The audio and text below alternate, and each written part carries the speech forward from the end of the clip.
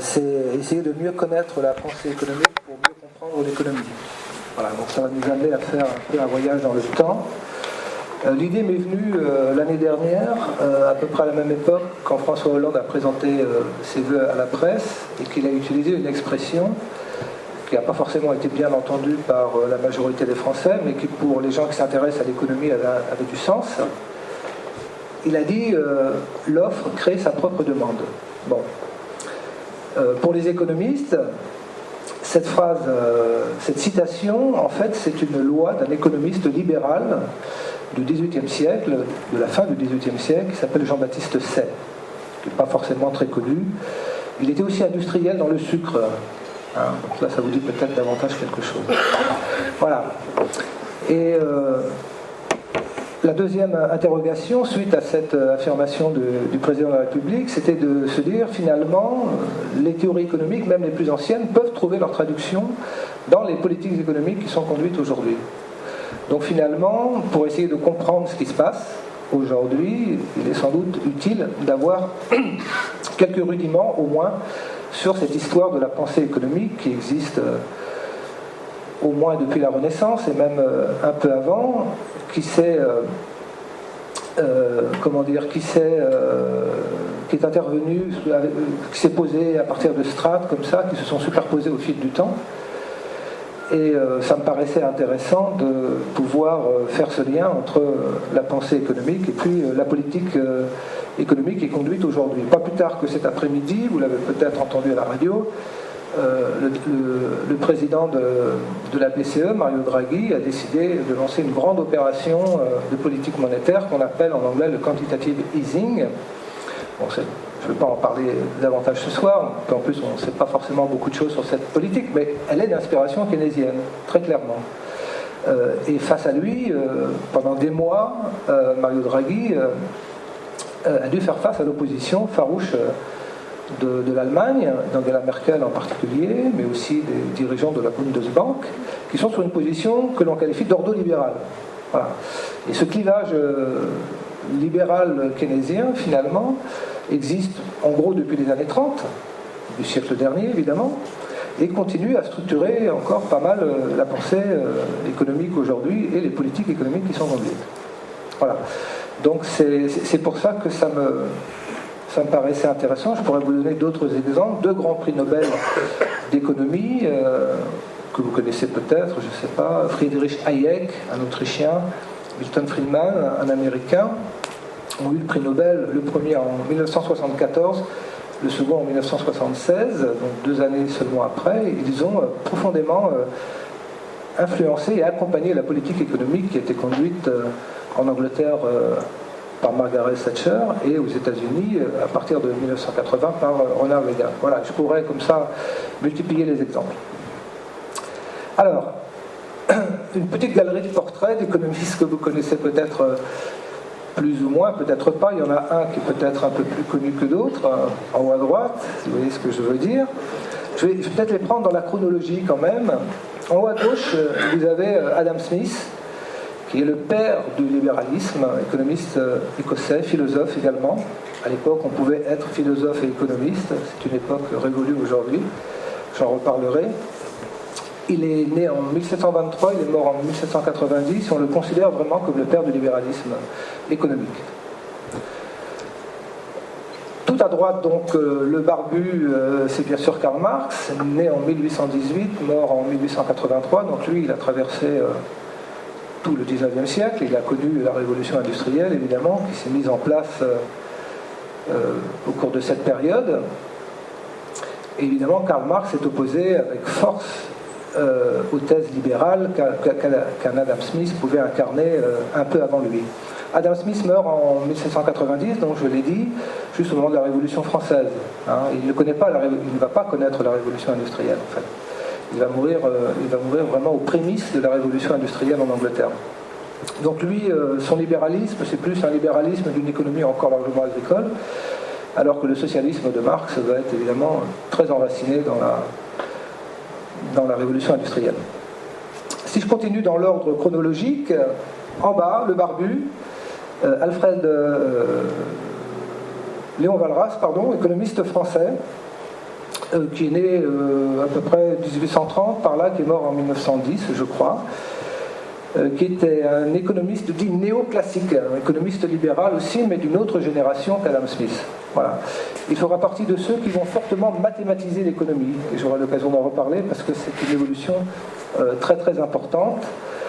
Vous savez peut-être que le prix Nobel 2014 d'économie, qui est un Français, Jean Tirole, est venu à l'économie par les mathématiques. Les mathématiques ont pris une place très très importante dans l'économie à partir de la fin du 19e siècle.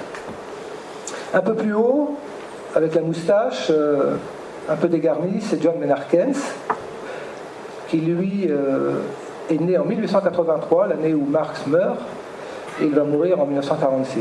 Donc lui, son champ d'observation, c'est essentiellement l'entre-deux-guerres et en particulier la crise de 29. Voilà. Donc il est encore dans un autre contexte que Marx, et sa théorie économique va être largement conditionnée justement par ce qu'il observe dans les années 30. Il va publier un ouvrage majeur en 1936 qui s'appelle La théorie générale de l'emploi, de l'intérêt et de la monnaie. Voilà. De Keynes va naître ce que l'on appelle aujourd'hui le keynésianisme en fait. Keynes n'avait pas beaucoup d'admiration pour Marx, même s'il était plutôt pour une intervention de l'État dans l'économie, mais il pensait, lui, que le capitalisme pouvait, en étant sagement aménagé, comme il disait, pouvait être pérennisé. Et ça va être finalement son action d'économiste que d'essayer de trouver les moyens de réguler le capitalisme pour éviter justement qu'il ne sombre comme Marx l'avait lui-même envisagé et prédit. En bas, à gauche et à droite, vous avez les deux économistes libéraux dont j'ai parlé tout à l'heure. À droite, c'est Friedrich Hayek, qui est un économiste autrichien, néoclassique également, comme le français Léon Walras, mais il va naître après Walras, donc c'est la fin des économistes néoclassiques, mais c'est vraiment un libéral pur et dur. Il va écrire en 1944 un livre célèbre qui s'appelle La route de la servitude, où il critique très fortement l'économie centralisée soviétique. Et son libéralisme, très, très prégnant, est à la hauteur de son anticommunisme en fait. Voilà. Il sera prix Nobel d'économie en 1974. Bon. Il va être éclipsé par Keynes dans les années d'après-guerre, mais il va revenir un peu sur le devant de la scène dans les années 70, au moment où le keynésianisme, lui, va être confronté au premier choc pétrolier. Et puis, tout à gauche, vous avez un autre économiste libéral, donc je le disais tout à l'heure, Milton Friedman, que vous connaissez peut-être, il est mort en 2006, prix Nobel d'économie en 1976. Voilà.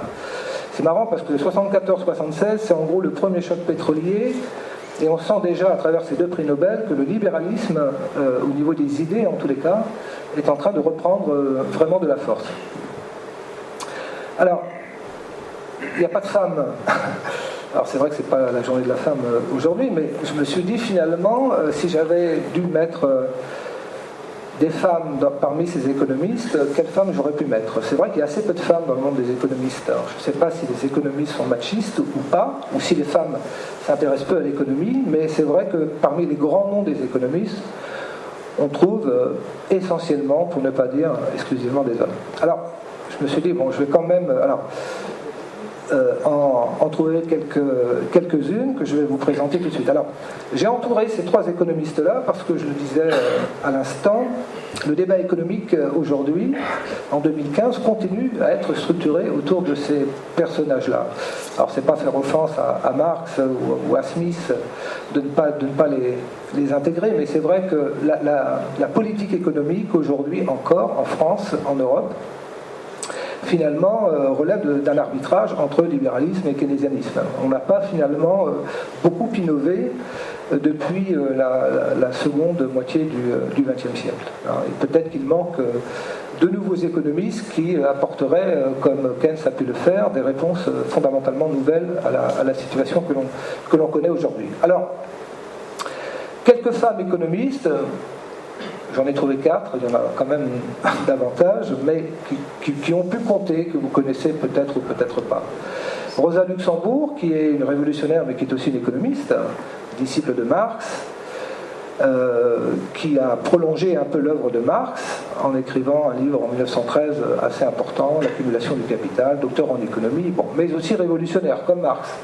Elle va être à l'origine du parti social-démocrate allemand, dans lequel elle va jouer un rôle important. Elle va fonder aussi le parti social-démocrate polonais. Elle va prendre ses distances avec le parti social-démocrate allemand qu'elle ne va trouver pas suffisamment révolutionnaire, et elle va s'engager dans un mouvement à la fois pacifiste et d'extrême gauche. Et elle sera assassinée en 1919. Une deuxième, John Robinson, pas forcément plus connue non plus, qui elle est une disciple de Keynes. Elle a travaillé dès les années 30 auprès de Keynes, et elle est morte en 1983, donc elle a eu l'occasion de prolonger l'œuvre de Keynes après la mort de Keynes, puisque Keynes lui est mort en 1946. Elle aurait pu, paraît-il, recevoir le prix Nobel d'économie, puisque le premier prix Nobel d'économie, qui n'est pas un prix Nobel en fait, a été décerné en 1969, et on a pensé, dans les premières années, dans la décennie 70, attribuer le prix Nobel d'économie à John Robinson. Et en fait, on ne lui a pas attribué, peut-être parce qu'elle était trop keynésienne dans ces années 70, qui voient le retour des économistes libéraux, c'est possible. Est-ce que c'est parce que c'était une femme? Certains l'ont écrit aussi. Alors une troisième, encore moins connue, c'est Elinor Ostrom. Pourquoi j'ai retenu ce nom? C'est parce que c'est la seule femme qui n'ait jamais reçu le prix Nobel d'économie en 2009. Elle est morte quelques années plus tard, en 2012. Il y a eu à peu près 70 à 75 prix Nobel d'économie décernés depuis la création du prix Nobel d'économie en 1969. Et donc sur ces 70 ou 75 prix Nobel, il y a une femme, une seule à ce jour, Elinor Ostrom. Alors, j'ai regardé parmi tous les Nobel, toutes spécialités confondues, s'il y avait plus de femmes dans les autres Nobel, il y en a un peu plus quand même, mais globalement, c'est 4 à 5% des prix Nobel qui ont été attribués à des femmes. Voilà. Alors, un mot sur le prix Nobel d'économie. Donc, quand Alfred Nobel crée au début du XXe siècle, je ne sais plus en quelle année, 1906 ou 7, je ne sais plus exactement, le prix Nobel, il ne pense absolument pas à l'économie. Pour lui, l'économie n'est pas une science, d'abord. Donc, prix Nobel de médecine, oui, prix Nobel de physique, prix Nobel de chimie, voilà. Et puis, prix Nobel de littérature et prix Nobel de la paix. Voilà, ça s'arrête là. Et donc, il y a une dotation qui est accordée au prix Nobel chaque année, et la cérémonie a lieu à peu près au mois de novembre. Et puis, on ne sait pas trop pourquoi, et je ne saurais pas vous dire pourquoi, en 1969 est créé un prix Nobel d'économie. Bon. Ça pose la question j'y reviendrai, du statut de l'économie, quoi. Parce que accorder un prix Nobel d'économie qui est en fait le prix de la Banque de Suède, voilà, qui n'est pas encore une fois en mémoire d'Alfred Nobel, mais qui n'est pas un véritable prix Nobel. Donc, c'est sans doute pour affirmer le caractère très scientifique de l'économie, et la crédibiliser en tant que science. Voilà. Alors qu'on s'interroge encore aujourd'hui sur le statut de l'économie. Est-ce que c'est une science? Est-ce que c'est pas une science? Certains considèrent que l'économie relève de l'idéologie. Bernard Maris, récemment décédé, considérait que l'économie était une religion, que le libéralisme et le communisme étaient finalement deux religions qui s'opposaient, mais des religions quand même. Voilà. Donc lui, il refusait, et j'avais lu un de ses papiers quand Jean Tirole a eu le prix Nobel en 2014. Il était à la fois content pour Jean Tirole parce que lui-même était professeur des universités à Toulouse. Voilà. Et donc il avait travaillé dans cette université, il connaissait bien Jean Tirole, mais il n'empêche que pour lui, un prix Nobel d'économie n'a strictement aucun sens. Voilà. Donc il avait eu un papier assez difficile. Voilà. Donc Elinor Ostrom, première et seule prix Nobel d'économie femme aujourd'hui. Et puis la dernière, connue ou pas connue, c'est Janet Yellen. Alors elle est la présidente de la Fed. La Fed, c'est l'équivalent de la Banque Centrale Européenne aux États-Unis, quoi. Voilà. C'est la Banque Centrale Américaine, en fait. C'est une économiste, une véritable économiste. Elle est d'ailleurs mariée à un prix Nobel d'économie. C'est sans doute pour ça qu'elle n'aura jamais le prix Nobel également.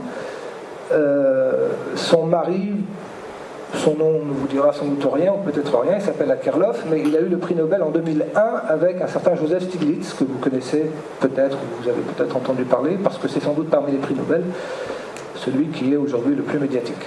Voilà, et qui est un économiste keynésien assez virulent contre la politique économique conduite aujourd'hui en zone euro. Il publie régulièrement des papiers là-dessus. Voilà, un mot sur le statut de l'économie. Est-ce que c'est une science? On ne sait pas trop en fait si c'est une science. En tous les cas, à travers le temps, il y a eu des théories économiques qui se sont accumulées, ça c'est incontestable. Mais quelle est la valeur scientifique de ces travaux, de ces théories? Ça pose encore aujourd'hui question. Est-ce que c'est une science historique? C'est-à-dire, est-ce qu'on peut comprendre l'économie indépendamment de l'histoire dans laquelle nous sommes? Alors, moi je pense que fondamentalement l'économie est une science historique. C'est-à-dire que les théories économiques sont en lien avec les histoires particulières que les peuples traversent à un moment donné. Alors il y a un économiste que j'ai oublié de vous présenter tout à l'heure, je vais peut-être revenir en arrière quelques secondes, quand même, c'est le dernier là. Voilà. Excusez-moi, je viens d'y penser. Il s'agit d'Amartya Sen, qui est un économiste indien, prix Nobel d'économie également, le seul économiste du tiers-monde aussi qui ait jamais reçu le prix Nobel. Voilà. Et Amartya Sen a reçu le prix Nobel, je crois, en 1998, donc c'est pas très très ancien. Et toute sa réflexion économique est directement liée à son appartenance à la société et à l'économie indienne. Voilà. De la même manière que Marx n'aurait pas été Marx sans la révolution industrielle, que Keynes n'aurait pas été Keynes sans la crise de 29, Amartya Sen n'aurait pas été Amartya Sen sans ses origines, son histoire. Bon. On lui doit un certain nombre de travaux, de microéconomie, mais on lui doit aussi, et ça je pense que vous le connaissez, un certain nombre d'indicateurs, notamment l'IDH, l'indicateur de développement humain par exemple, qui est utilisé au niveau des Nations Unies. C'est directement le produit des travaux d'Amartya Sen. Bon, bref. Je reviens donc au problème du statut de l'économie. Moi, je pense que c'est une science historique, mais c'est un point de vue qui est discuté encore aujourd'hui et qui est contesté. Est-ce que c'est une science politique? Voilà, deuxième question. Pendant très longtemps, l'économie s'est appelée l'économie politique. Voilà. À peu près jusqu'à Léon Walras, que je vous ai présenté tout à l'heure, qui a formalisé, mathématisé l'économie et qui est devenue, à ce moment-là, la science économique. Donc le terme de politique disparaît de l'intitulé, et jusqu'à aujourd'hui encore le terme que l'on emploie c'est le terme de science économique et non plus d'économie politique. Bon, est-ce que c'est une science sociale? Donc quelle est l'influence que peuvent avoir les phénomènes sociaux, les mouvements sociaux sur les théories économiques et aussi sur les politiques économiques qui sont décidées? Là encore, il y a débat. Il y a aujourd'hui en France un débat entre des économistes orthodoxes, comme on dit, qui sont plutôt partisans d'une vision science économique assez neutre, politiquement et socialement, et qui considèrent que les questions sociales ne relèvent pas vraiment du champ de l'économie. Et puis vous avez des économistes en France qui ont constitué un mouvement qu'on appelle les économistes atterrés, je ne sais pas si ça vous dit quelque chose, qui eux considèrent qu'au contraire on ne peut comprendre l'économie qu'en l'enracinant dans la structure sociale. Voilà. Et je sais que, pour l'avoir lu dans la presse, qu'une rencontre a été demandée auprès du ministre de l'Éducation nationale et de l'enseignement supérieur, Najat Vallaud-Belkacem, pour que soit créée une deuxième branche au sein des économistes, à côté de la science économique, créer une deuxième discipline qui serait économie et société. Voilà. Ce qui créerait une scission dans le monde des économistes, puisqu'actuellement il n'y a qu'une association d'économistes, c'est l'association française de la science économique, voilà, qui est majoritaire. Mais devant le peu de reconnaissance que ces économistes hétérodoxes, comme on les appelle, ont aujourd'hui dans le débat, eh bien ils ont demandé à ce que soit créée une deuxième école de pensée à l'intérieur des économistes en France. Et je crois savoir que la ministre a refusé la création de cette deuxième école de pensée française, hétérodoxe. Alors, quelques définitions de l'économie, je vais vous en donner deux ou trois. Bon, voilà, ça c'est une définition de la fin du 19e siècle. On retrouve Léon Walras, l'idée que de toute façon, l'économie, c'est une sorte de mathématique qui calcule, donc l'économie calcule, d'où la formalisation mathématique qui va se développer à partir de cette époque. Et on va essayer de voir comment, grâce à ces calculs mathématiques, l'économie va pouvoir être mieux appliquée. Voilà. Donc les mathématiques sont au centre de la science économique dans ce cas-là. Une autre définition d'un économiste keynésien, et on voit bien les différences qu'il y a, c'est un économiste américain. Voilà, il dit, il est beaucoup plus nuancé, la science économique associe les vertus de la politique à celles de la science. Donc il ne renie pas les mathématiques, mais il y a aussi quand même les questions politiques qui se posent et qui font de l'économie une véritable science sociale. Voilà. Donc ça montre bien, encore une fois, le clivage très net qu'il y a à l'intérieur du monde des économistes aujourd'hui. Puis une dernière, que je trouve assez drôle, d'un économiste américain, qui dit: un économiste est un expert qui saura parfaitement vous expliquer demain pourquoi ce qu'il a prévu hier ne s'est pas passé aujourd'hui. Donc c'est une analyse un peu critique, évidemment, de l'incapacité qu'ont les économistes à prévoir. Il n'y a pas forcément de caractère prédictible dans l'économie. On l'a vu au moment de la crise de 2007-2008, et je vais vous en parler tout de suite en quelques mots. La science économique n'est pas sortie véritablement grandie de la crise de 2007. Alors, vous connaissez peut-être cette anecdote, la reine d'Angleterre, nous sommes le 25 novembre 2008, donc quelques semaines après la chute de Lehman Brothers, donc là on sait qu'on rentre dans une période de crise assez grave. Elle réunit tout l'aéropage des grands économistes anglais, de la London School of Economics, et elle leur dit: mais finalement, pourquoi personne n'a rien vu venir? Voilà, en disant aux économistes: mais pourquoi vous, économistes, vous n'avez rien vu venir? Il paraît-il que les économistes anglais étaient assez embarrassés pour répondre à la reine.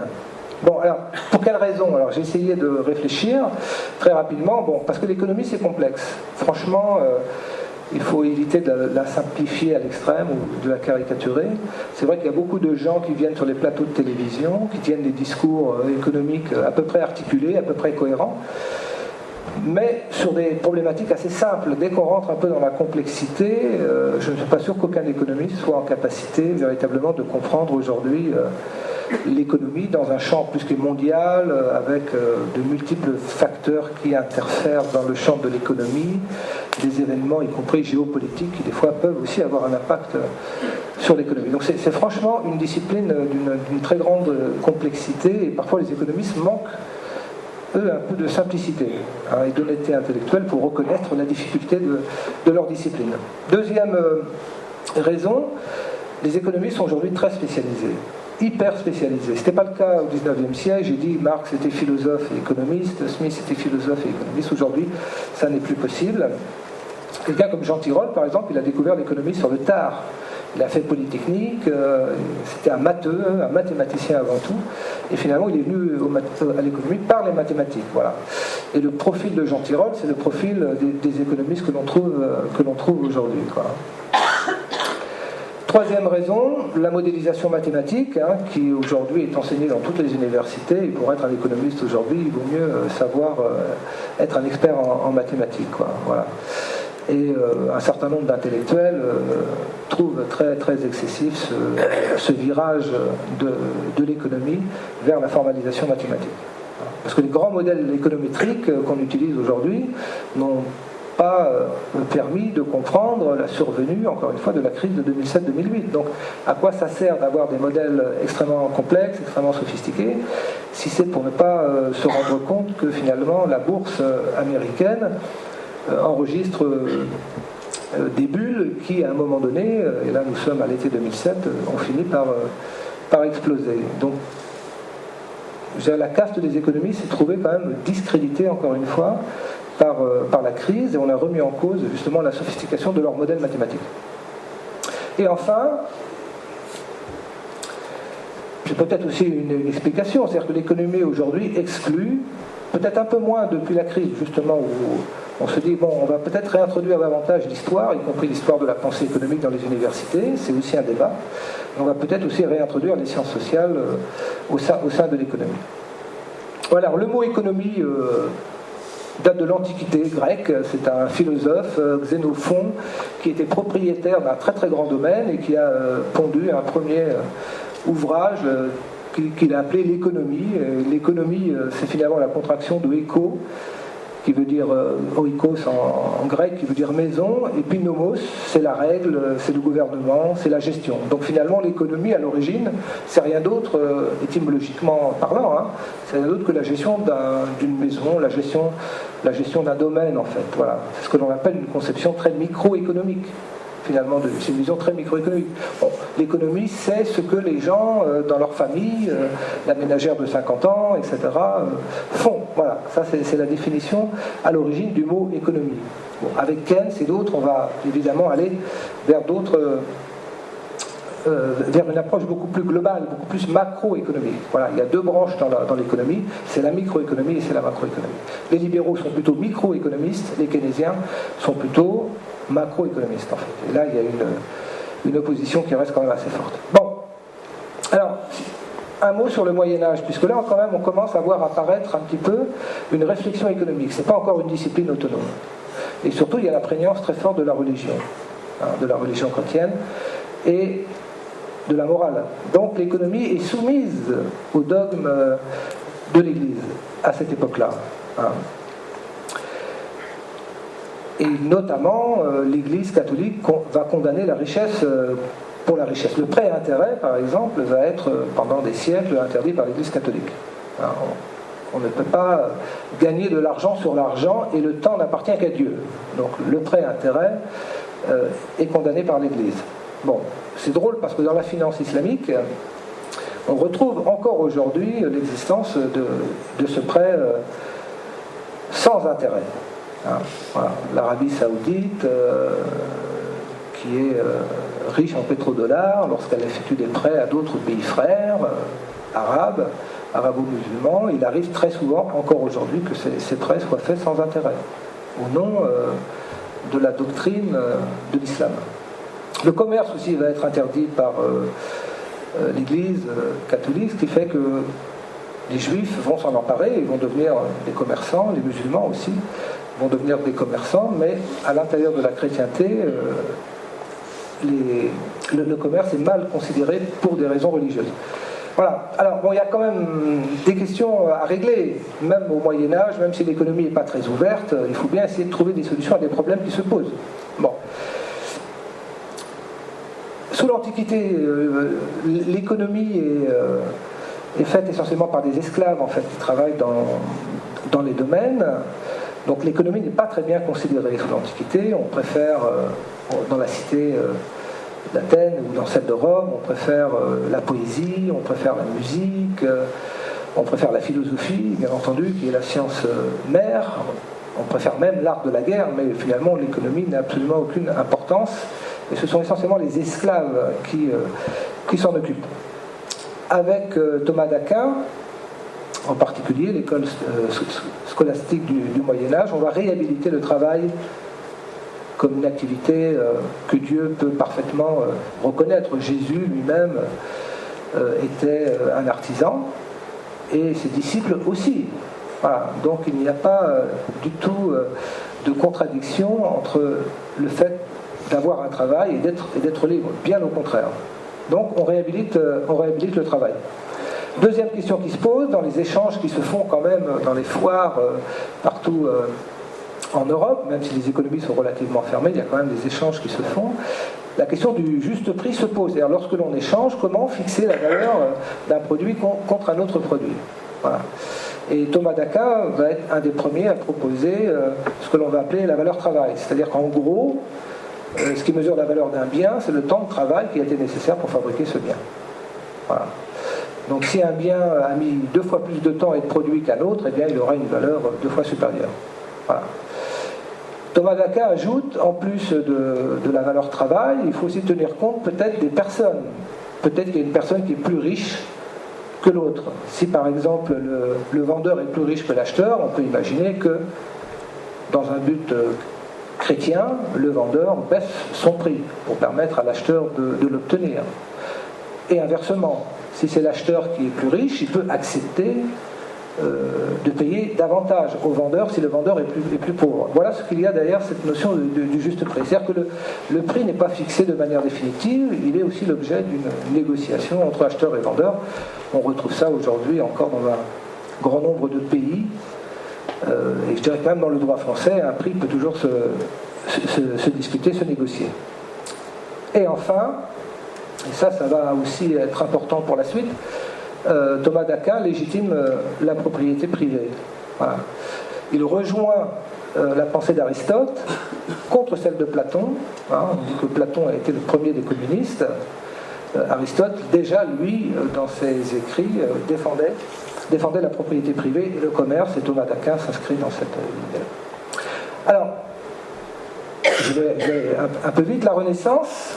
Donc la Renaissance, c'est bien sûr des innovations techniques très importantes, et c'est bien sûr la découverte de nouvelles contrées lointaines, et surtout l'ordre du Nouveau Monde, et qui va modifier complètement la perception que les économies européennes, qui restent profondément religieuses, mais qui vont quand même chercher à s'accaparer. La richesse pour la richesse était condamnée par l'Église sous le Moyen-Âge, elle va devenir un objectif en soi.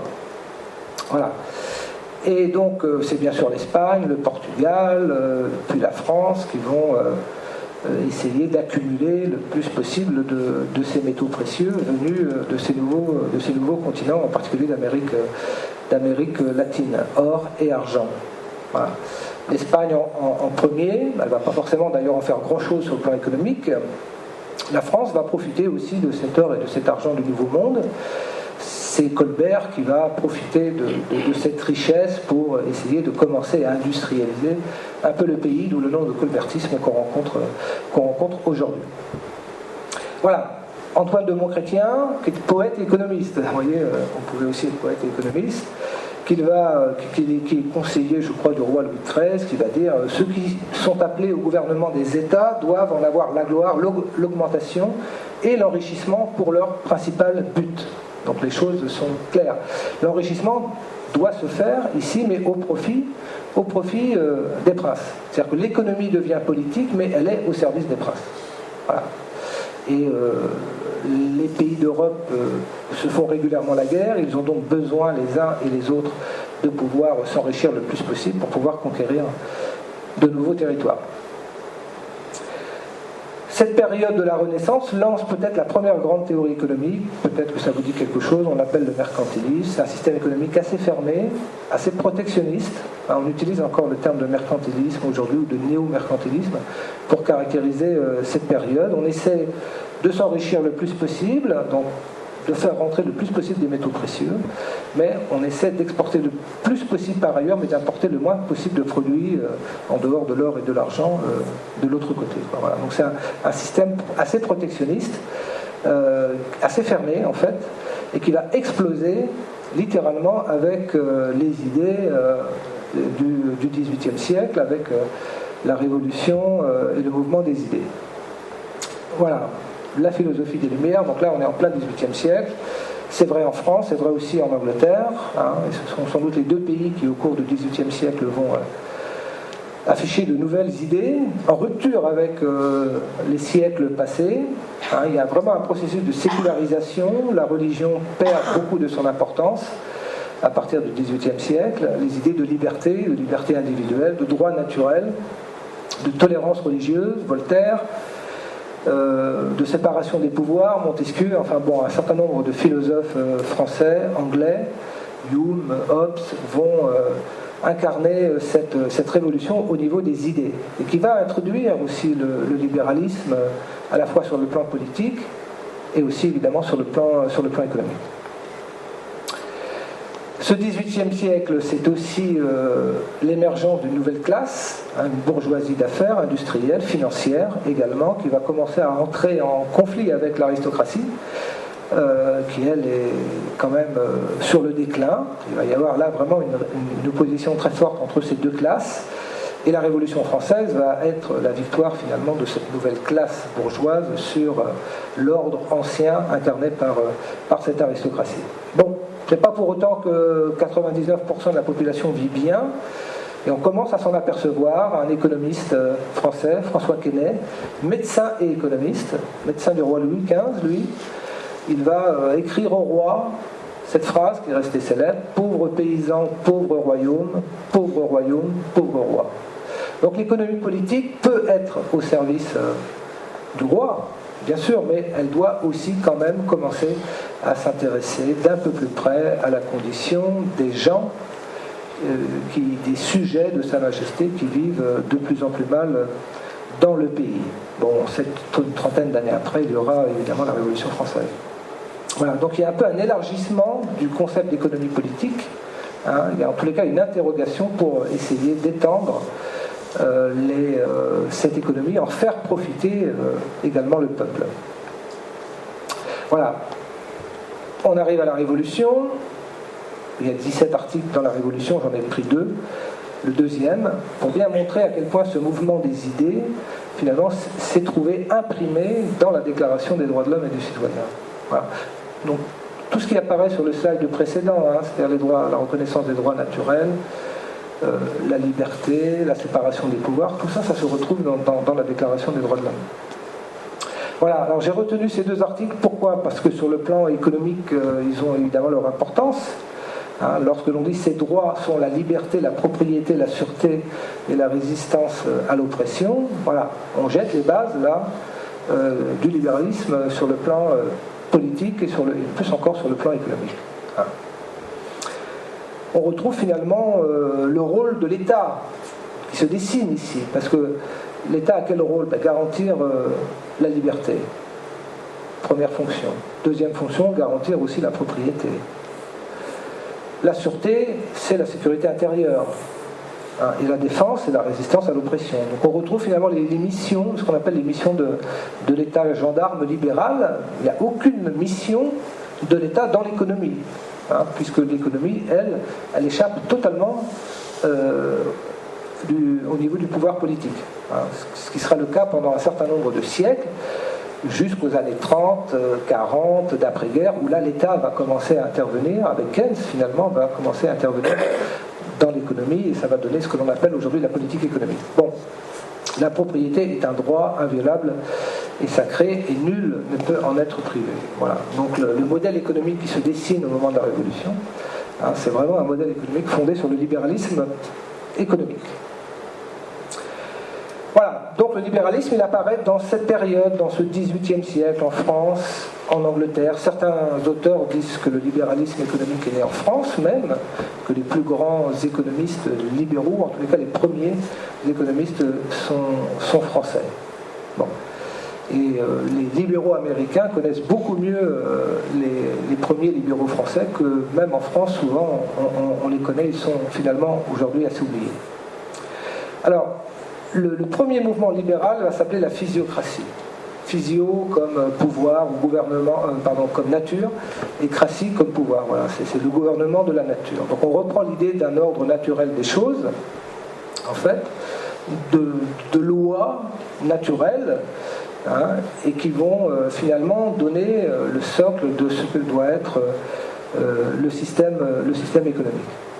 C'est un mouvement libéral sur le plan économique, mais ce n'est pas un mouvement libéral sur le plan politique. On n'en est pas encore à associer libéralisme économique et libéralisme politique, puisque les physiocrates sont partisans de la monarchie absolue. Et François Quesnay, donc cet économiste médecin, le dit très clairement en 1758, il faut vraiment que l'autorité souveraine politique soit unique. D'accord ? Mais par contre, sur le plan économique, là, clairement, le libéralisme va s'affirmer progressivement dans cette deuxième moitié du XVIIIe siècle. Un certain nombre de ces économistes, Turgot par exemple, va même devenir ministre de Louis XVI en 1774, et il va faire la promotion de la liberté des denrées, par exemple. C'est-à-dire qu'il y avait un certain nombre de prix qui étaient administrés par la monarchie, et lui va prôner finalement que les denrées puissent être vendues sur un marché libre. Voilà. Et ce qui va provoquer des chutes de cours qui vont conduire aussi un certain nombre de paysans finalement à s'opposer à ce libéralisme économique naissant, et ce sera aussi une des raisons des graves crises de la fin du XVIIIe siècle qui vont conduire à la Révolution française. Donc on a déjà dans la politique économique de Louis XVI, à la fin de son règne, les premières applications de ce libéralisme économique. Voilà. Alors il y a Dupont de Nemours qui a une phrase qui est assez intéressante. Il dit, finalement, l'ordre naturel, c'est la constitution physique que Dieu lui-même a donnée à l'univers. Voilà, c'est intéressant de s'arrêter un instant sur cette définition de l'ordre naturel. Vous voyez que la référence à Dieu, elle est présente dans le libéralisme naissant, en tous les cas. Il va y avoir une sécularisation qui va se faire, mais au début au moins, la référence à Dieu, à la religion, à cet ordre naturel transcendant, finalement, s'impose à tous les hommes. Et finalement, les lois de l'économie rentrent, comme les lois de la physique, comme les lois de l'astronomie. C'est-à-dire, entre les lois de l'économie et les lois de la gravitation, il n'y a pas beaucoup de différence. Voilà. Donc il faut maintenir l'équilibre à l'intérieur de l'économie, comme cet équilibre est maintenu dans les autres sciences, en astronomie, en physique. On retrouve la physique de Newton, finalement, est assez proche de la conception que l'on a de l'économie. Voilà. Ça veut dire que l'économie va s'auto-équilibrer. Voilà. Ça, c'est très intéressant. Ça veut dire qu'il ne faut pas d'intervention extérieure dans l'économie, parce que ces interventions vont rompre ou vont remettre en cause cet ordre naturel des choses. Voilà. Et donc c'est pour ça que le libéralisme au départ est quand même un peu d'essence religieuse de ce point de vue. Et l'institution qui va jouer ce rôle finalement d'assurer à l'économie son équilibre, c'est le marché. Voilà. Et je vais y revenir. Voilà. Donc le monde est gouverné par des lois physiques et morales qui sont immuables. Et l'économie rentre dans le champ de ces disciplines-là. Donc le marché tout de suite va devenir pour les libéraux, pour les premiers libéraux, l'institution centrale de cette économie qu'on n'appelle pas encore capitaliste, mais en tous les cas libérale, parce que le capitalisme, le terme de capitalisme va apparaître un peu après. On préfère parler de libéralisme. Donc le marché, c'est l'institution centrale. Il faut un environnement concurrentiel pour que le marché fonctionne bien. Il faut encourager la concurrence le plus possible. Ça veut dire déprotéger. La loi Le Chapelier de 1791, par exemple, va complètement dans ce sens. Avant la loi Le Chapelier, les marchés, les secteurs économiques sont protégés. C'est pour ça qu'on a comparé la loi Macron un peu à la loi Le Chapelier il n'y a pas très très longtemps. Il s'agit de déréglementer, de déprotéger un certain nombre de secteurs qui étaient à l'époque fortement protégés. Donc la loi Le Chapelier va introduire en 1791, donc on est au tout début de la Révolution française, à son niveau, va introduire la liberté sur les marchés. Voilà, il y a un économiste français qui n'est absolument pas connu.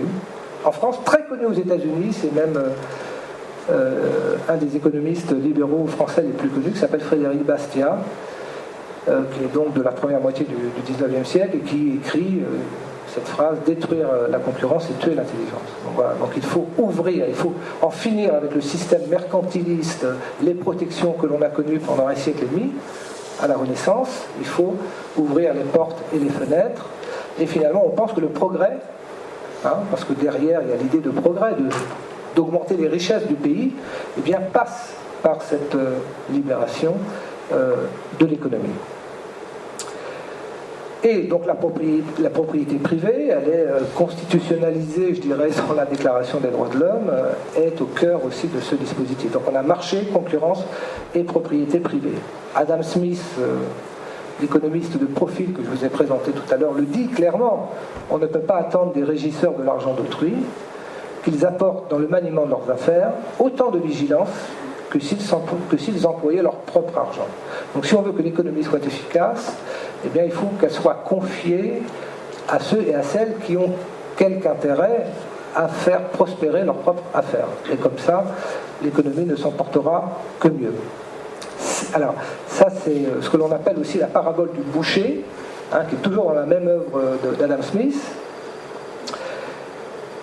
qu'on a ressorti il n'y a pas très très longtemps. Je l'ai aussi entendu à la radio, je crois. Ce n'est pas de la bienveillance du boucher, du marchand de bière, du boulanger que nous attendons notre dîner, mais bien du soin qu'ils apportent à leurs intérêts.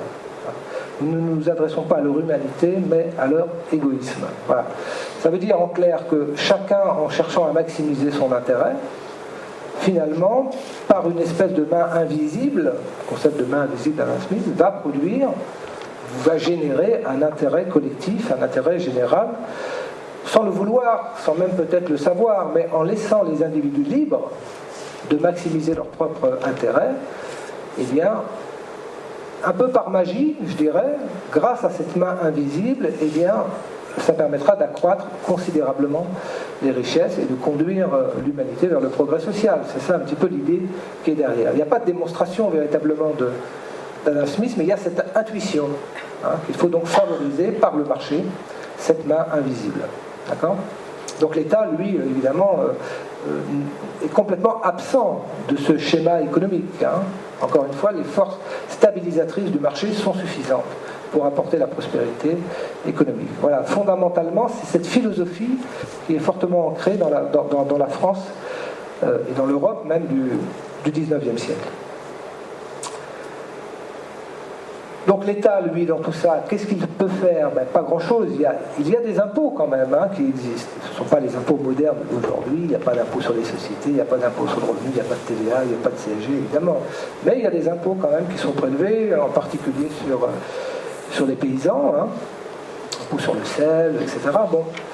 Mais finalement, l'État a assez peu de moyens. Il est très endetté souvent.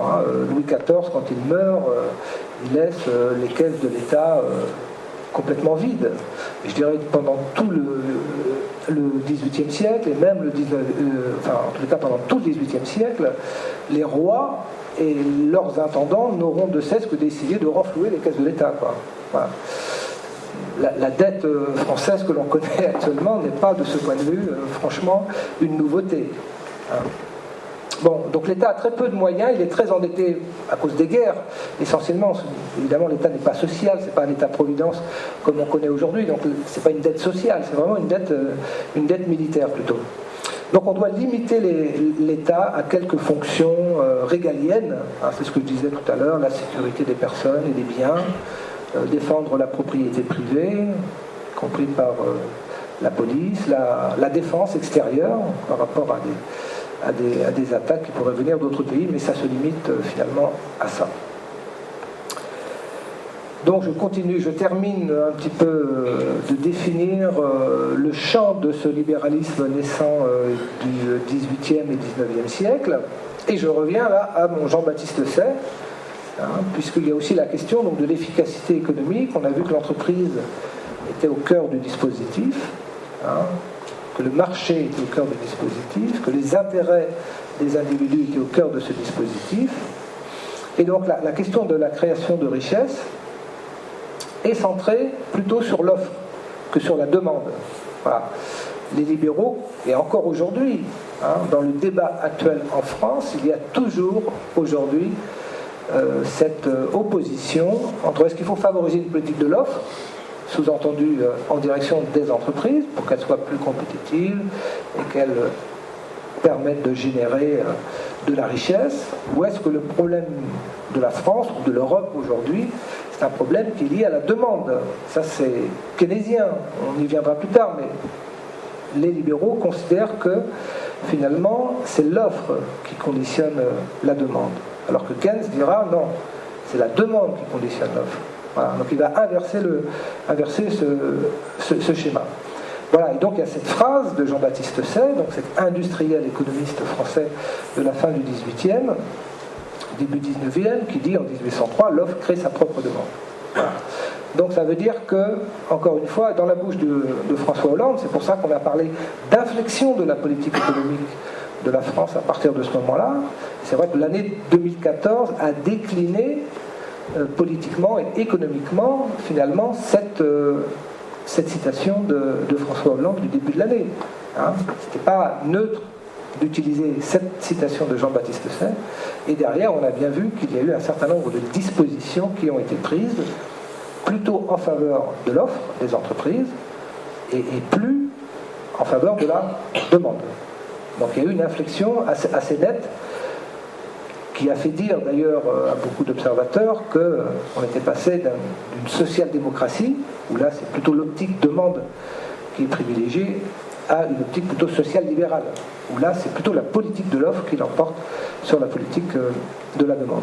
J'aurai l'occasion d'y revenir, peut-être pas aujourd'hui, mais une fois prochaine. Bon, est-ce que ça veut dire pour autant que dans cette économie, il n'y aura pas de crise ? Si, il peut y avoir quand même des crises. Mais ce qui est très important, c'est laisser le marché autoréguler lui-même ce phénomène de crise. Et on sortira à un moment ou à un autre de la crise sans intervention extérieure. Donc le marché a une capacité autorégulatrice. Voilà. Et ça, c'est important de le comprendre aussi dans le libéralisme d'aujourd'hui, parce que ça veut dire que toute intervention de l'État dans l'économie, pour des économistes libéraux, est suspecte. Au mieux, au pire, elle est inefficace et coûteuse. Hein. Bon. Lorsqu'il s'est agi, par exemple, d'intervenir en 2007-2008 au moment de la crise financière, les États sont intervenus massivement. Hein. Bon, il y a eu des économistes libéraux, français, américains, anglais, allemands, qui ont considéré que l'intervention des États à ce moment-là n'était pas appropriée et qu'elle risquait d'amplifier encore un peu plus la crise et qu'il fallait laisser l'économie naturellement purger ses excès. Hein. Lehman Brothers, banque américaine, était en crise, en situation de liquidation même. Bon. Est-ce qu'il fallait ou pas sauver Lehman Brothers? Septembre 2008. Bon.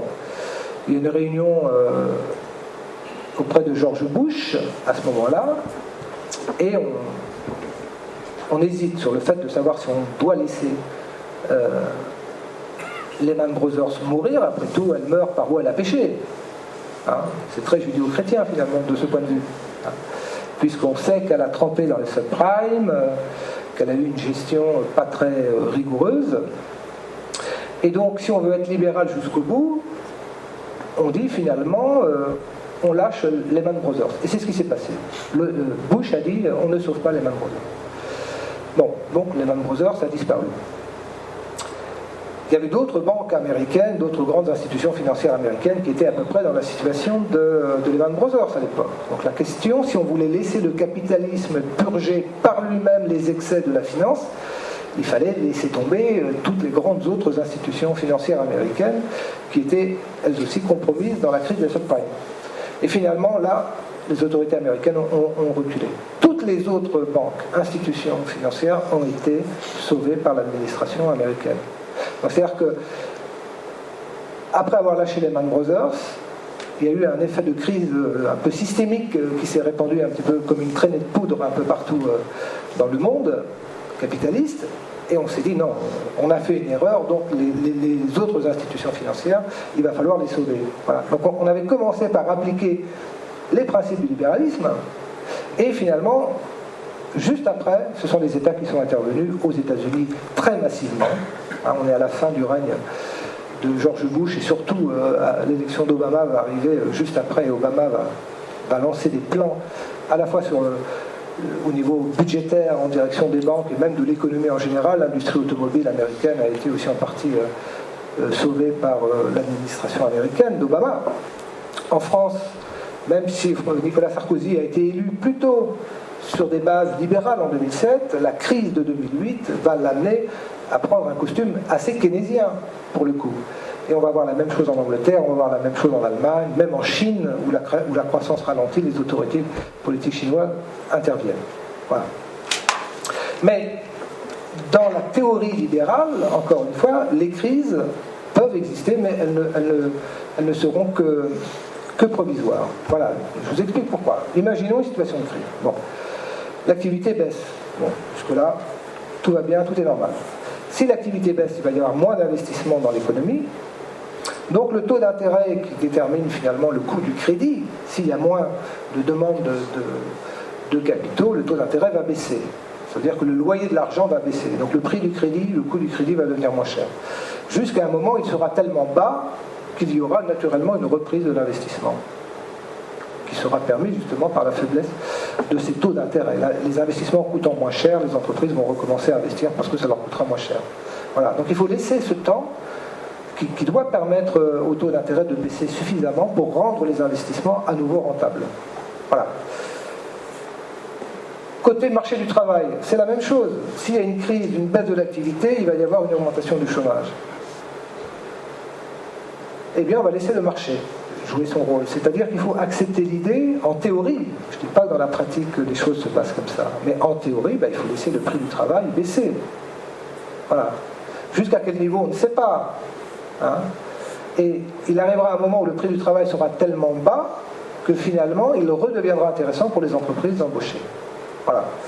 Et donc, il y a une sortie de crise. Alors la question est de savoir combien de temps ce phénomène va durer. Est-ce qu'il va être supportable socialement? Est-ce qu'il va être supporté politiquement? Évidemment. Dans la crise de 29, c'est ce schéma qui a été appliqué. Et Keynes a écrit la théorie générale justement pour dire mais vous faites une connerie monumentale. Il ne faut surtout pas laisser la situation se dégrader ainsi, parce que vous ne sortirez jamais de la crise.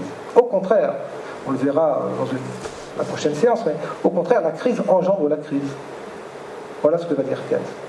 Et il va aller voir le président des États-Unis, donc nous sommes peut-être dès 1930-31, et il va faire un certain nombre de préconisations aux États-Unis en disant il faut que vous relanciez l'activité dans votre pays. Hein. Acceptez même à la limite que votre déficit budgétaire se creuse, c'est pas grave. Hein. Lorsque la prospérité reviendra, vous épongerez ces déficits accumulés. Mais surtout, intervenez, lancez des politiques de grands travaux. Hein. Par exemple, l'administration américaine va refuser. Et Keynes va repartir. Il va revenir. Parce que la règle libérale de l'époque, c'est aussi l'orthodoxie budgétaire. C'est aussi l'idée qu'un budget doit être à l'équilibre. Toujours. Voilà.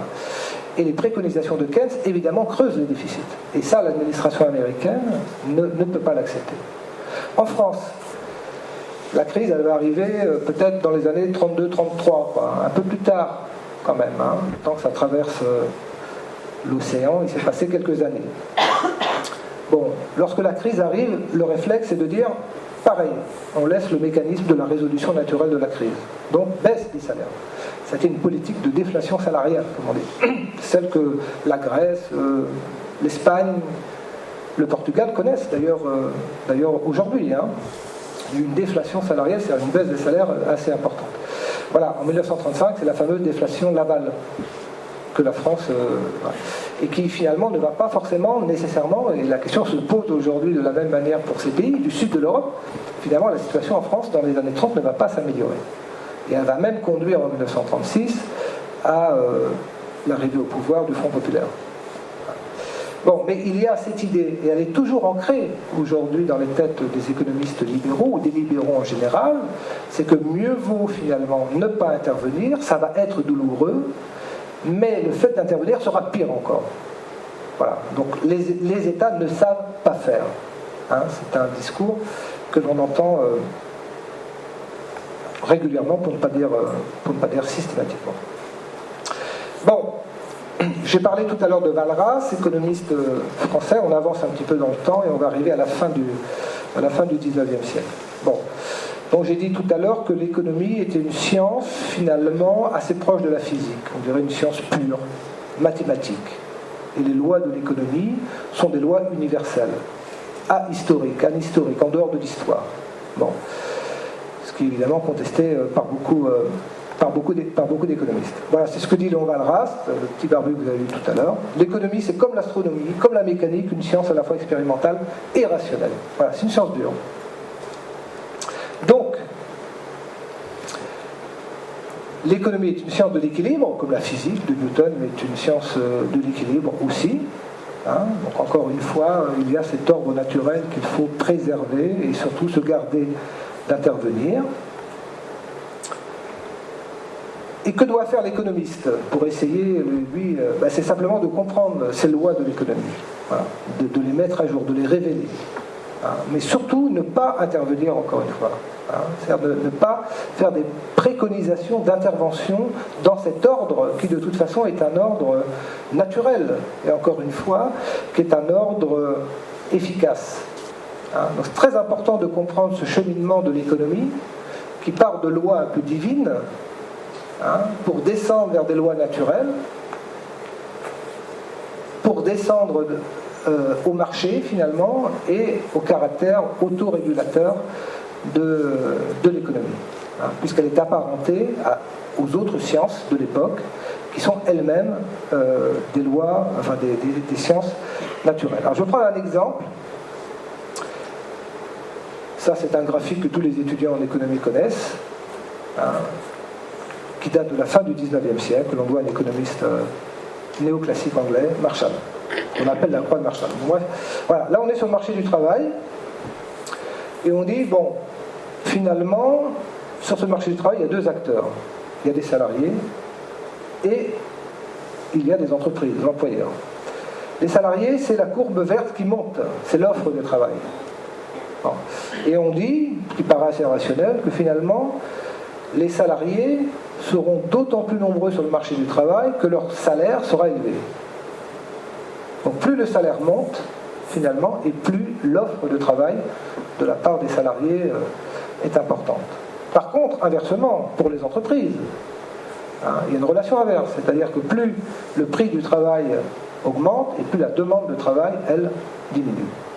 Donc la demande décroît, c'est les entreprises, et l'offre augmente, ce sont les salariés. Et si on laisse le travail jouer son rôle, on va arriver à une situation d'équilibre, à un moment ou à un autre. C'est-à-dire que l'offre va rencontrer la demande. Voilà. Et cette situation d'équilibre, c'est l'intersection entre l'offre et la demande, et on va avoir un certain niveau d'emploi, et on va avoir un certain salaire sur le marché. Mais ça, c'est le marché qui va le déterminer, le marché seul. Bon. Ce débat sur la liberté de fixation du prix du travail, il existe encore aujourd'hui. Tous les pays en Europe n'ont pas, par exemple, de salaire minimum.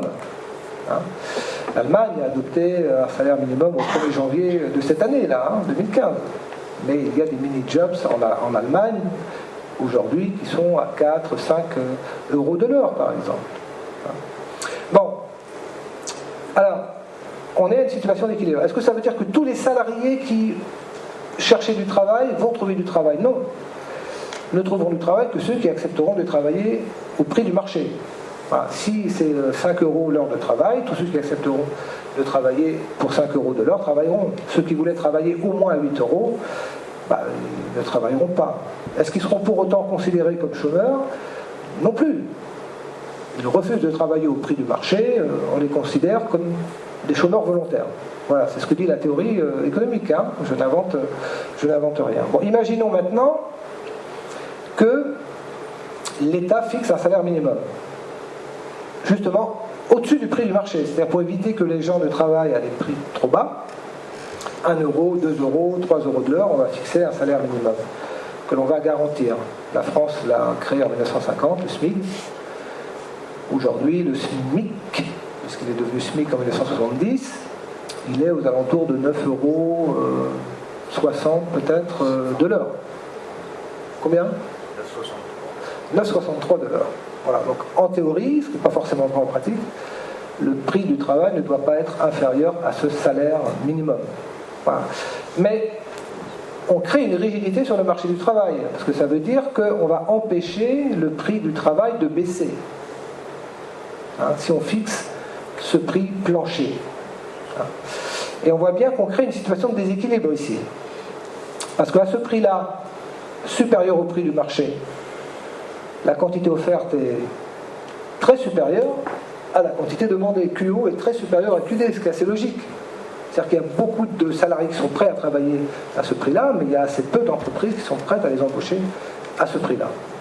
Donc, disent les libéraux, finalement, ce salaire minimum, en créant une rigidité, est responsable du chômage.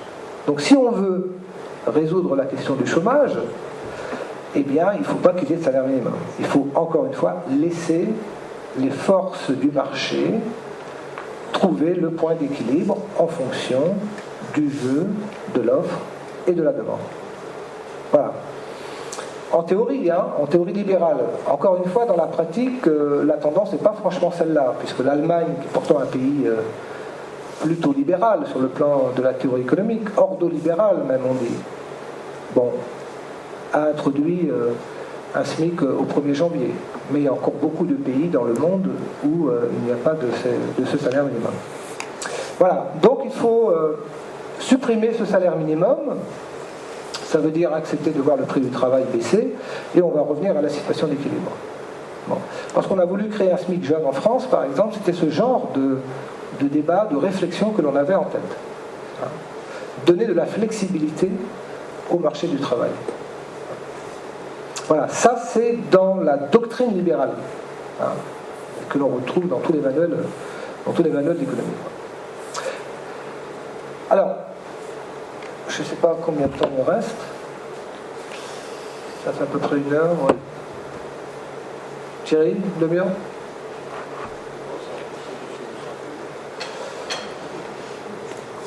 Vous me dites hein, si vous en avez marre. L'idée c'était que j'aille jusqu'au bout des libéralismes, y compris jusqu'au libéralisme d'aujourd'hui, pour aborder la prochaine fois le marxisme et surtout le keynésianisme. Voilà. Alors, bon, je vais essayer d'accélérer un petit peu. Alors, troisième phase du libéralisme. La première, c'est les physiocrates, début, milieu du XVIIIe.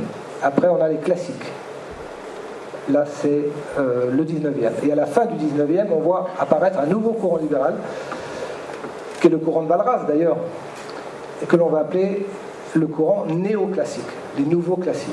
Ce sont des nouveaux libéraux. On ne va pas dire néolibéraux encore, on va dire néoclassiques. Mais bon, ce sont des libéraux. Hein. Et l'originalité de ce mouvement, c'est qu'il va fleurir un petit peu partout en Europe. On va le trouver en Angleterre, on va le trouver en France, on va le trouver en Suisse, on va le trouver en Autriche. Hein, j'ai parlé de Hayek tout à l'heure. Hayek, c'était un néoclassique autrichien. Bon, bref. Voilà. Et donc, c'est dans ce courant de pensée que l'on va introduire fortement les mathématiques. Jusqu'à Walras, l'économie est essentiellement une économie littéraire. On écrit beaucoup en économie, on calcule assez peu. Avec les néoclassiques, c'est surtout ça qu'il faut retenir, eh bien, on va scientifiser l'économie. Et ça va véritablement devenir une science mathématique à part entière. Moi, quand j'ai fait mes études d'économie à Nantes, dans les années 70, je me souviens, et j'étais étonné de voir à quel point les mathématiques étaient présents à l'université. On avait des cours de maths pure, et lorsque l'on faisait de l'économie, on faisait encore des mathématiques. Et moi, qui ne connaissais pas l'économie, j'avais fait un bac scientifique, j'ai été effaré de voir à quel point les mathématiques pouvaient avoir une importance aussi grande dans une filière économique. Et ça date véritablement de cette époque-là, de la fin du XIXe siècle. Alors, voilà. Par exemple, bon, je ne vais pas commenter du tout. Je me suis amusé à aller chercher sur Internet quelques figures de style. Mais dans le monde de l'économie, hein, on n'est pas dans les mathématiques pures, on est vraiment dans l'économie ici. Hein. Ce sont des problèmes économiques que l'on résout grâce à l'outil mathématique. Voilà. Donc, fin 19e, le 20e siècle aussi, je dirais encore aujourd'hui, hein, ce débat existe sur la place des mathématiques dans l'économie, certains la trouvent évidemment excessive. Mais le visage de l'économie va s'en trouver radicalement changé. Et le mot d'économie politique va disparaître. Et la science économique va apparaître, et va s'affirmer. Désormais, l'économie est une science pure et dure. Alors, il y a peut-être un argument un peu politique pour expliquer cette évolution. 19e siècle, c'est la révolution industrielle, c'est Marx. Le manifeste du Parti communiste est publié en 1848, il y a la révolution en France en 1848. Le Capital commence à être publié en 1867, il y a la Commune de Paris en 1870. C'est-à-dire que ces économistes-là, Marx et d'autres, hein, qui font de l'économie politique, évidemment, à des fins politiques, clairement, et même révolutionnaires, on en a un peu marre, finalement, de ces économistes qui utilisent l'économie à des fins politiques. D'accord ? Donc, utiliser les mathématiques, c'est objectiver l'économie et dire que finalement l'économie n'a pas grand-chose à voir avec la passion des hommes, que l'économie c'est une science neutre politiquement, qui cherche à démontrer et qui ne cherche pas à faire la révolution. Voilà. Et donc, c'est sans doute pas un hasard, enfin beaucoup d'historiens de l'économie le disent, c'est sans doute pas un hasard si l'économie s'impose à la fin du XIXe siècle, après un siècle où l'économie est fortement marquée par le marxisme, hein, et évidemment une économie très politique. Là, l'économie devient scientifique. Voilà, et ce mouvement néoclassique va perdurer jusque dans les années 30. C'est-à-dire que cette doctrine libérale, avec un État gendarme, va réussir à s'imposer jusqu'à la crise de 29. Et comme je l'ai dit tout à l'heure, lorsque la crise de 29 éclate, contrairement à celle de 2008, je rappelle qu'en 2008, je l'ai dit tout à l'heure, les gouvernements interviennent tout de suite. Même George Bush, qui est pourtant d'obédience libérale, va intervenir, et Obama, évidemment, après lui. Dans toute l'Europe, les États se mettent à intervenir dans les jours qui suivent. Au moment de la crise de 29, c'est pas ce qui se passe. Les États n'interviennent pas. On laisse les forces du marché faire leur œuvre. Et leur œuvre, ça ne va pas être la sortie de la crise. Au contraire, ça va être une économie qui va s'enfoncer progressivement dans la crise. C'est la montée de la misère aux États-Unis, bien entendu d'abord, mais aussi en Europe. Il n'y a pas de filet de sécurité, évidemment, il n'y a pas de couverture sociale à l'époque. Donc c'est la soupe populaire, c'est les gens qui vivent et qui dorment dans les rues, très massivement, par milliers, ce qui n'est quand même pas tout à fait le cas aujourd'hui dans nos économies en crise, parce qu'il y a aujourd'hui quand même des filets de sécurité, même si la crise est quasiment aussi violente en termes de chômage que celle des années 30. Mais le contexte quand même, l'État-providence est passé par là. Et on le mesure dans la situation d'aujourd'hui. Voilà, et donc c'est là que Keynes va apparaître et finalement va faire les préconisations d'intervention de l'État pour corriger cette spirale du marché qui conduit l'économie à s'enfoncer de plus en plus dans la crise. Voilà. Et donc à partir des années 30, peut-être 40, là aussi les économistes ne sont pas forcément d'accord là-dessus, parce que 29, est-ce que c'est la politique keynésienne qui a permis à l'économie de sortir de la crise des années 30 ? Il y en a qui disent, mais finalement c'est la guerre. Le keynésianisme va être la politique qui va être suivie par Hitler, par exemple. Le rôle, la main visible de l'État, un des tout premiers à appliquer les principes de Keynes, c'est-à-dire de l'intervention de l'État, de la relance de l'économie par l'État, ça va être le keynésianisme de guerre d'Hitler, dès 1933. En 1936, Léon Blum, qui est un ami de Keynes, qui correspond assez régulièrement avec lui, va mettre en place aussi un keynésianisme plus social, plus pacifique. On lui reprochera d'ailleurs de ne pas avoir réarmé d'ailleurs suffisamment tôt. Voilà. Mais on ne peut pas dire véritablement que les politiques keynésiennes aient réussi à sortir l'économie de la crise. En fait, l'économie va s'enfoncer jusqu'à la guerre et la montée des populismes, du totalitarisme en Europe dans les années 30. Donc le keynésianisme, en fait, j'en reparlerai, va surtout se mettre en place après la guerre, au moment où Keynes meurt. Quand on parle de politique keynésienne, on pense aux 30 Glorieuses, en fait. En gros, 1945-1975. Voilà. Mais Keynes est mort en 1946. Bon, en tous les cas, toute la deuxième partie du XXe siècle va être keynésienne. Une bonne partie, en tous les cas. Donc le libéralisme a été dominant, je dirais, on a dit à peu près du milieu du XVIIIe jusqu'au milieu du XXe, pendant 2 siècles, il a dominé sans partage.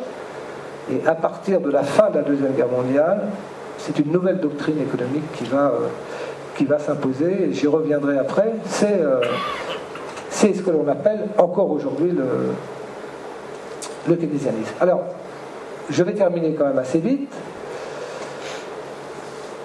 Parce qu'il y a une troisième phase du libéralisme, c'est ce que l'on appelle le néolibéralisme, qui apparaît surtout dans les années 70.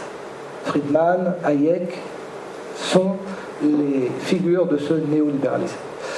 Alors, Hayek, quand même, dès 1947, c'est le début de l'hégémonie keynésienne, je l'ai dit tout à l'heure. Mais lui, toujours fidèle à sa philosophie libérale, va créer, on pourrait dire aujourd'hui un think tank, un groupe de réflexion de libéraux du monde entier, qu'il va appeler la Société du Mont Pèlerin.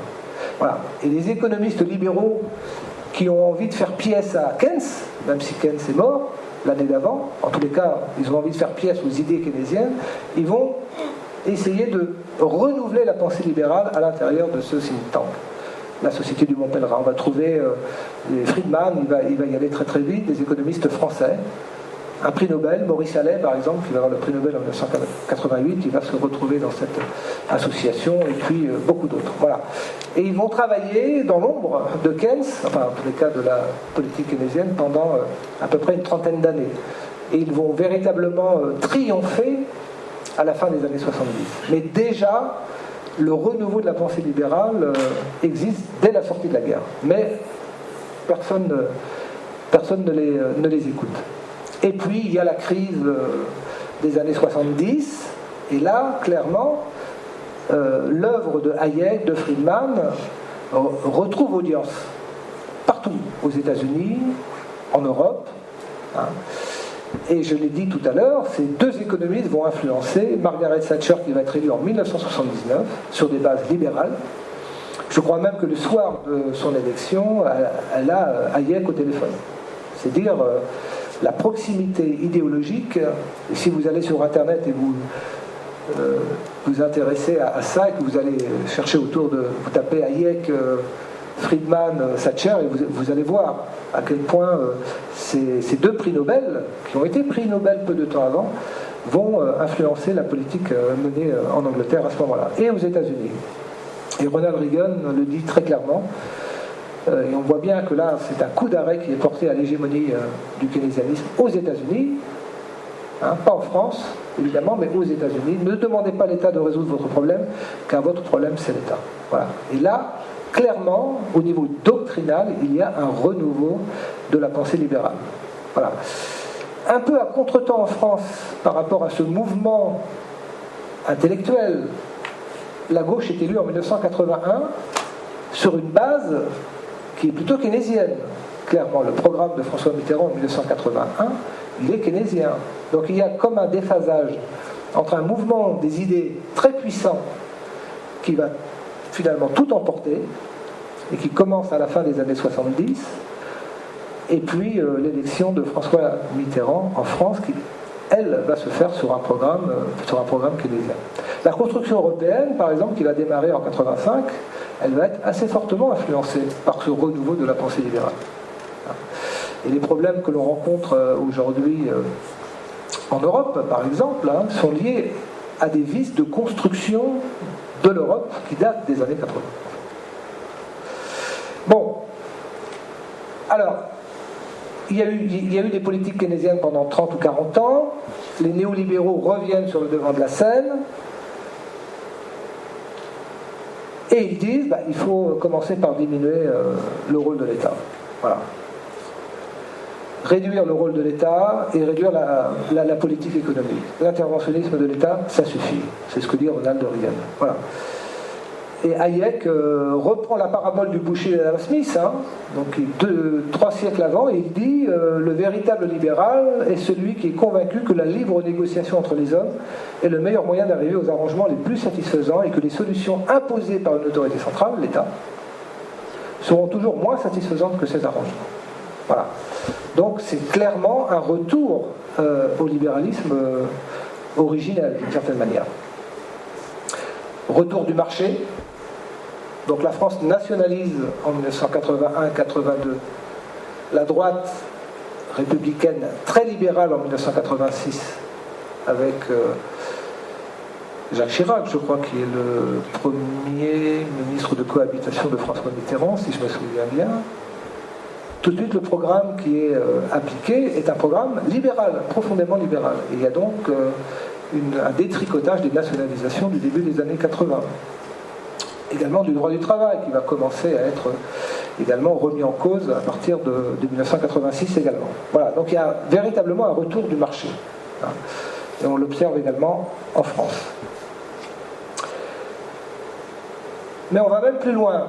Il y a même des économistes libéraux américains, Gary Becker, prix Nobel lui aussi en 1992, et ça va vous intéresser, je pense, qui va considérer qu'on peut même étendre le marché en dehors même du champ de l'économie. C'est-à-dire, si on considère que les individus sont rationnels, qu'ils prennent les bonnes décisions, qui font des calculs économiques satisfaisants, comme dit Hayek, eh bien, pourquoi ne pas étendre la sphère du marché en dehors même de l'économie? Je vais donner deux exemples. Hayek s'est prononcé, par exemple, récemment, avant sa mort, Gary Becker, pardon, qui est mort lui aussi, je crois, lui tout récemment, en 2012, me semble-t-il. Il s'est exprimé en faveur du don d'organes payants. Les dons d'organes existent, mais dans la législation française, un organe n'est pas un produit qui peut être marchandisé, quoi. Bon. Il s'est exprimé aussi, je crois, sur le don du sang, de la même manière. Et il considère que c'est quand même dommage que des personnes meurent parce qu'ils ne reçoivent pas d'organes, et que donc on peut parfaitement imaginer de créer un marché des organes qui permettrait à des personnes qui ont des besoins de financement de vendre des organes qui pourraient ensuite être transplantés à des personnes qui ont ce besoin d'organes, contre argent. D'accord ? Créer un véritable marché des organes. Voilà, il a fait cette proposition. Vous pouvez aller voir sur Internet, vous tapez Becker, don d'organes, et vous allez retrouver ce que je suis en train de vous dire là. Bon. Sur le débat autour des mères porteuses, c'est aussi un petit peu ce type de problématique qu'il y a derrière, sur la marchandisation. Jusqu'où on va dans la marchandisation? Est-ce qu'il y a des limites au marché ou pas? Pour Gary Becker, non.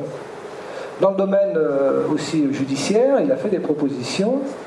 Si on considère qu'un criminel est un être rationnel, y compris lorsqu'il commet son crime, qu'il fait un calcul de type coût-avantage en tant qu'individu, si le gain est important et la peine est faible, on risque de voir la criminalité augmenter. Donc si on veut réduire la criminalité, dit-il, il faut qu'il y ait des peines qui soient suffisamment dissuasives pour augmenter le coût, de manière à ce que dans le calcul économique du criminel, le coût étant très élevé par rapport au gain, et finalement ça contribue à réduire la criminalité.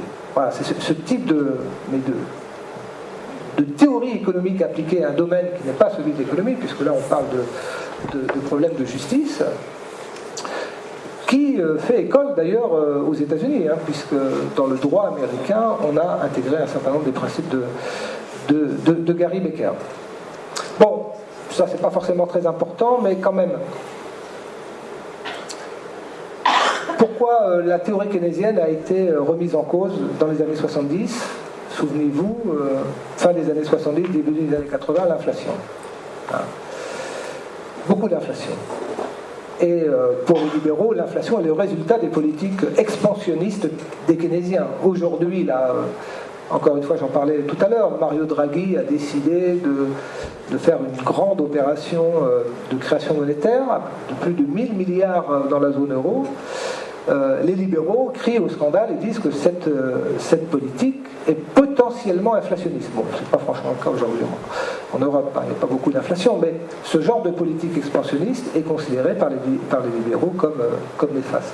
C'est pour ça que l'Allemagne s'est opposée jusqu'au bout à ce que la Banque Centrale Européenne mène cette politique d'inspiration keynésienne, pour le coup. Bon, donc c'est ce que l'on appelle la doctrine monétariste. Et puis réduire le train de vie de l'État, réduire le budget de l'État, par la baisse de la pression fiscale, et aussi par la diminution des politiques de redistribution, et ça, ce sont des débats actuels. Un économiste proche de Ronald Reagan, Arthur Laffer, aurait dessiné ce petit schéma sur un coin de table dans un restaurant dans les années 70. Ça c'est la légende, je ne sais pas si c'est vrai. En tous les cas, Ronald Reagan en a fait un de ses conseillers et il a expliqué que finalement, et ça c'est le point de vue de ces néolibéraux par rapport à la fiscalité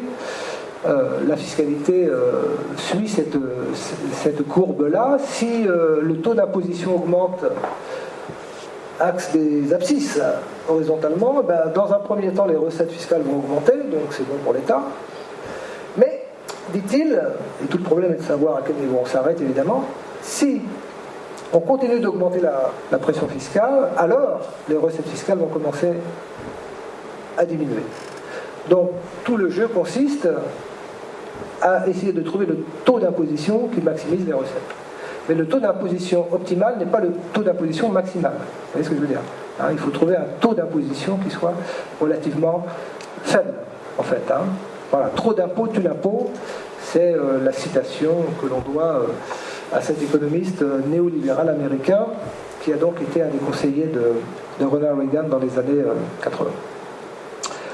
Voilà, dernière chose, et je crois que ça va être à peu près la fin. Une autre question aussi turlupine pas mal les économistes libéraux, je vous l'ai expliqué brièvement tout à l'heure à travers le petit schéma, c'est la question de la flexibilité du marché du travail. Et de dire à nouveau aujourd'hui que s'il y a chômage, c'est parce que le marché du travail est trop rigide et qu'il faut le flexibiliser. Voilà. Ça fait partie des débats aujourd'hui entre les partenaires sociaux, aujourd'hui même, hein, entre le MEDEF et les organisations syndicales sur la représentativité des syndicats et sur... voilà. Alors, on a beaucoup parlé en France de flexi-sécurité, c'est essayer de trouver un bon mix entre la flexibilité et la sécurité. Mais pour les libéraux, il faut véritablement remettre en cause un certain nombre de dispositions du droit du travail qui sont trop contraignantes et qui empêchent le marché du travail de pouvoir s'ajuster librement et donc de réduire le chômage. Voilà, peu de temps avant la mort de Milton Friedman, j'ai trouvé ça dans une revue politique internationale, voilà ce qu'il dit en 2003. Et la boucle est bouclée. Il faut revenir aux économistes, aux principes des économistes classiques de la fin du XIXe siècle. Donc Adam Smith, Jean-Baptiste Say, tous ceux que j'ai présentés un peu rapidement tout à l'heure. Abandon des politiques budgétaires et limitation de la création de monnaie par l'État. Voilà, ça c'est une remise en cause de la politique économique keynésienne. Diminution des dépenses sociales de l'État-providence, privatisation des entreprises publiques et déréglementation, et enfin, quatrième préconisation, flexibilité de l'emploi et des salaires. Voilà. Le cœur de la doctrine libérale, néolibérale, mais on la trouve déjà, encore une fois, et Friedman le dit, on la trouve déjà dans les origines de la pensée libérale, c'est essayer de revenir à ces quatre éléments fondamentaux. Hein. Capacité à contenir les pouvoirs de l'État, donc retour à l'état gendarme du XVIIIe siècle, état de droit, et en particulier garantir les droits de propriété, propriété privée, marché libre, sont les ingrédients nécessaires pour qu'un processus durable de croissance et de développement puisse s'enclencher. Voilà. Ça c'était, et je m'arrêterai là, c'était finalement, voilà, ça boucle les libéralismes, donc je les rappelle brièvement, physiocratie, classique, néoclassique, néolibéraux, et là on a plus de 2 siècles de pensée libérale. Voilà, je vous remercie.